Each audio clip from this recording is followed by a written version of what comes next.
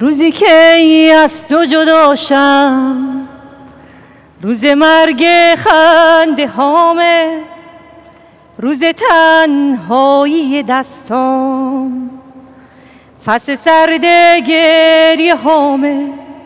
توی اون کوچه غمگین جای پاهای تو مونده، هنوزم امید مجنون قلب سرد تو پوشونده.